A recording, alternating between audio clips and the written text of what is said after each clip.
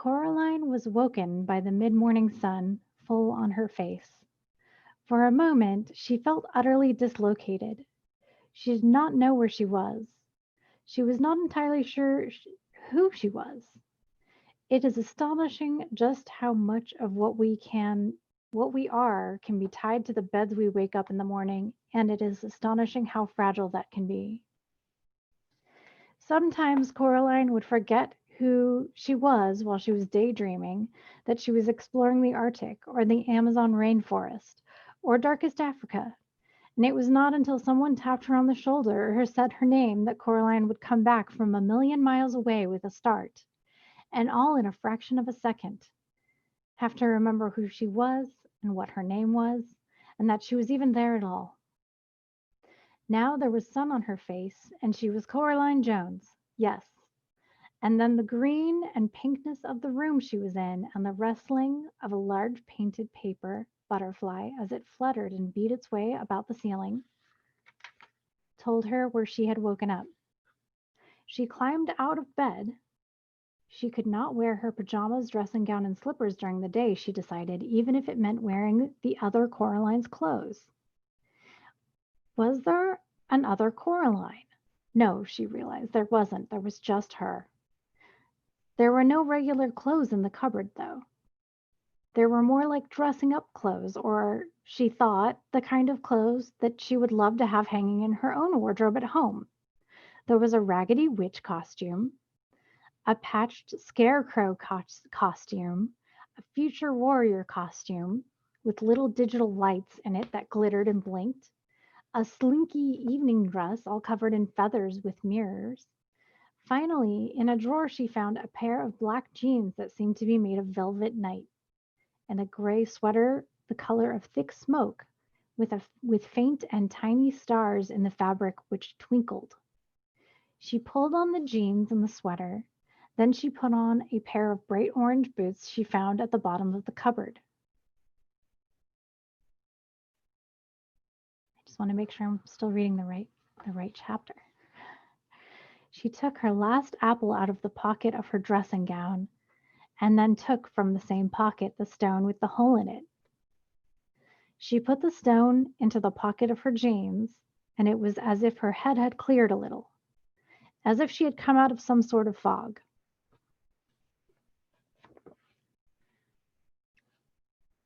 I don't know if you guys can see, let's see, like a really creepy picture. I don't know why we're getting this creepy picture. She went into the kitchen, but it was deserted. Still, she was sure that there was someone in the flat. She walked down the hall until she reached her father's study and discovered that it was occupied. "Where's the other mother?" she asked the other father. He was sitting in the study at the desk, which looked just like her father's, but he was not doing anything at all, not even reading gardening catalogs as her own father did when he was only pretending to be working. "Out," he told her, "fixing the doors. There are some vermin problems." He seemed pleased to have somebody to talk to. "The rats, you mean?" "No, the rats are our friends. This is the other kind. Big black fellow with his tail high." "The cat, you mean?" "That's the one," said her other father. He looked less like her true father today. There was something slightly vague about his face, like bread dough that had begun to rise, something out of the bumps and cracks and depressions. "Really, I mustn't talk to you when she's not here," he said, "but don't you worry. She won't be gone often. I shall demonstrate our tender hospitality to you, such that you will not even think about ever going back." He closed his mouth and folded his hands in his lap. "So what am I to do now?" asked Coraline. The other father pointed to his lips. Silence. "If you won't even talk to me," said Coraline, "I'm going exploring." "No point," said the other father. "There isn't anywhere but here. This is all she made, the house, the grounds, the other people in the house. She made it and she waited." Then he looked embarrassed, and he put one finger to his lips again as if he had just said too much. Coraline walked out of his study. She went into the drawing room over to the old door. She pulled it. rattled, and shook it. No, it was locked fast, and the other mother had the key. She looked around the room. It was so familiar. That was what made it feel so truly strange. Everything was exactly the same as she remembered. There was all her grandmother's strange smelling furniture. There was the painting of the bowl of fruit, a bunch of grapes, two plums, a peach, and an apple hanging on the wall. There was the low wooden table with the lion's feet and the empty fireplace, which seemed to suck the heat from the room. But there was something else, something she did not remember seeing before. A ball of glass up on the mantelpiece. She went over the fireplace, went up on tiptoes, and lifted it down. It was a snow globe with two little people in it. Coraline shook it and set the snow flying. White snow that glittered as it tumbled through the water. Then she put the snow globe back on the mantelpiece and carried on looking for her true parents and for a way out. She went out of the flat, past the flashing lights door, behind which the other Mrs. Spink and Forcible performed their show forever, and she set off into the woods. Where Coraline came from, once you were through the patch of trees, you saw nothing but the meadow and the old tennis court. In this place, the woods went on farther, the trees becoming cruder and less tree-like the farther you went. Pretty soon, they seemed very approximate, like the idea of trees. A grayish-brown trunk below, a greenish splotch of something that might have been leaves above. Coraline wondered if the other mother wasn't interested in trees, or if she just hadn't bothered with this bit properly, because nobody was expected to come out this far. She kept walking, and then the mist began.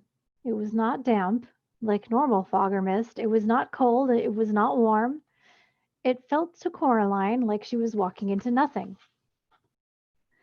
I'm an explorer, thought Coraline to herself. I need all the ways out of here that I can get, so I shall keep walking. The world she was walking through was a pale nothingness like a blank sheet of paper or an enormous empty white room. It had no temperature, no smell, no texture, and no taste. It certainly isn't mist, thought Coraline, although she did not know what it was. For a moment she wondered if she might have not gone blind. But no, she could see herself plain as day. But there was no ground beneath her feet, just a misty, milky whiteness. And what do you think you're doing? Said a shape to one side of her. It took a few moments for her eyes to focus on it properly.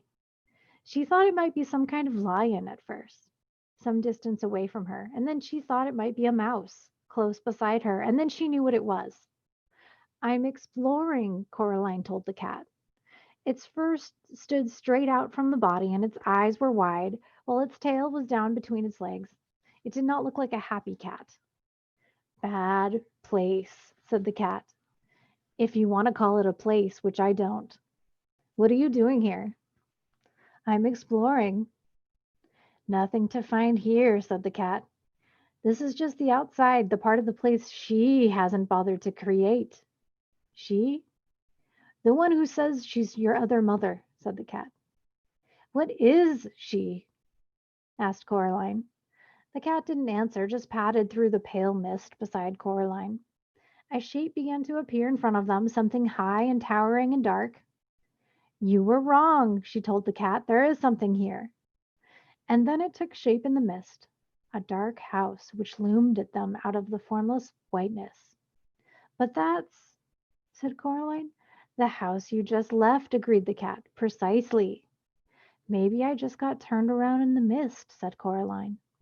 The cat curled the high tip of its tail into a question mark and tipped its head to the side. You might have done, it said. I certainly would not. Wrong indeed. But how can you walk away from something and still come back to it? Easy, said the cat. Think of somebody walking around the world, start out walking away from something and end up coming back to it. Small world, said Coraline. It's big enough for her, said the cat. Spiders' webs only have to be large enough to catch flies. Coraline shivered. He said that she's fixing all the gates and doors, she told the cat, to keep you out. She may try, said the cat, unimpressed. Oh, yes, she may try. They were standing under a clump of trees now beside the house. These trees looked much more likely. There's ways in and ways out of places like this that even she doesn't know about.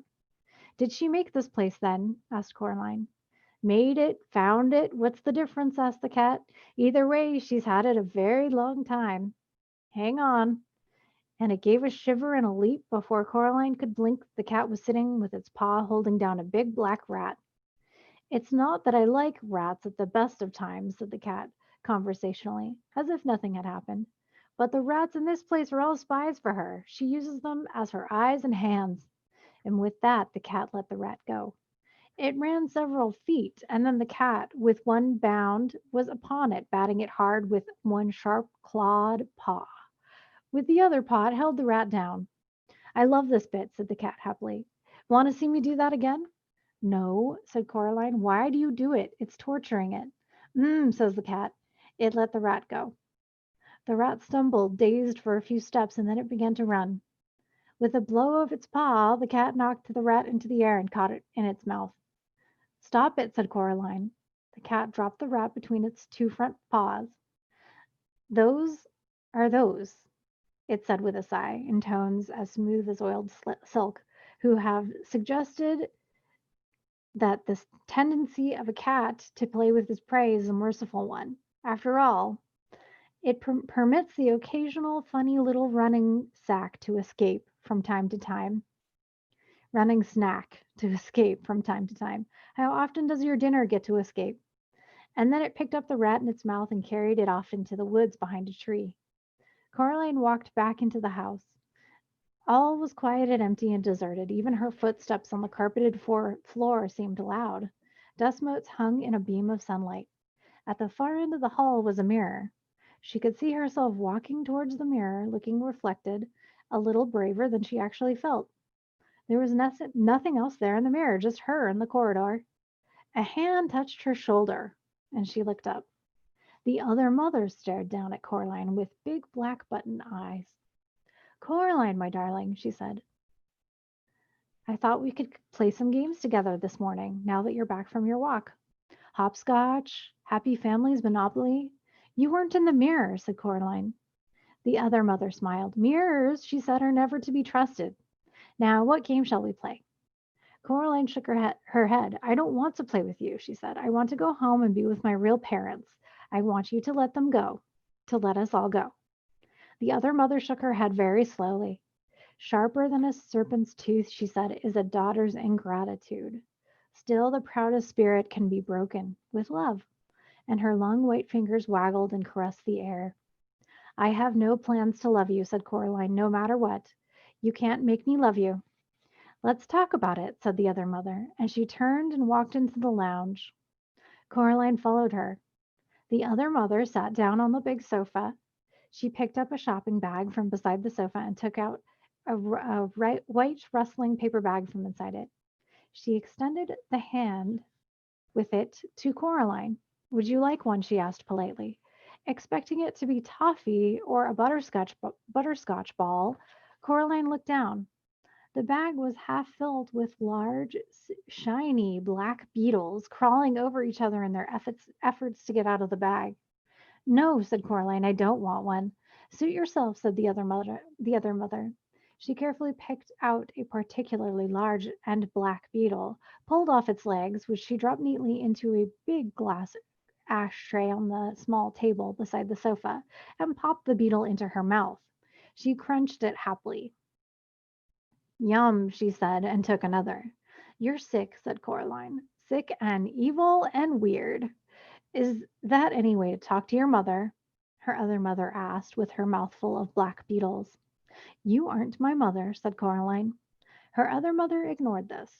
Now, I think you are a little overexcited, Coraline. Perhaps this afternoon we could do a little embroidery together or some watercolor painting, then dinner, and then if you have been good, you may play with the rats a little before bed.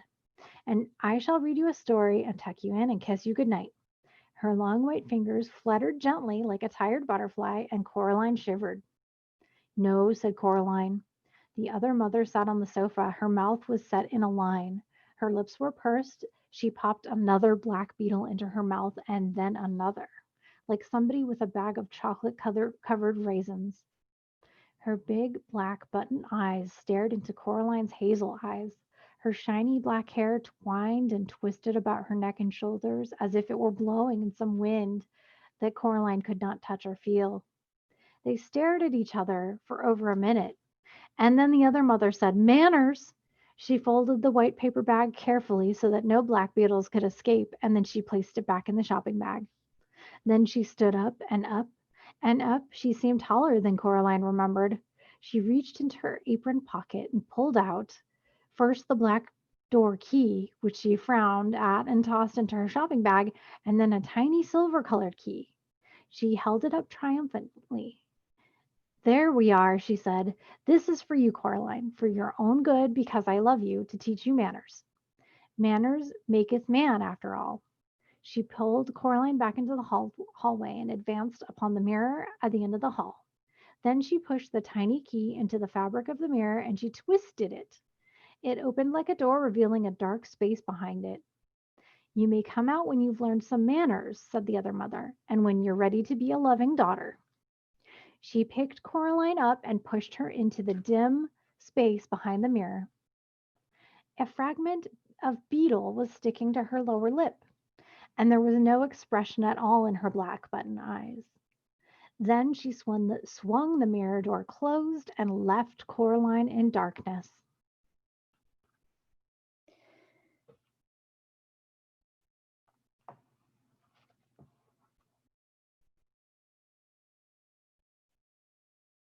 All right.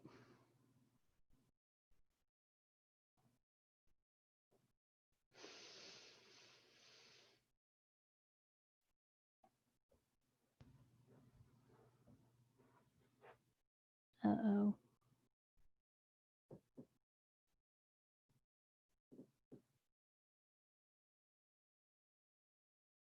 Ah, all right.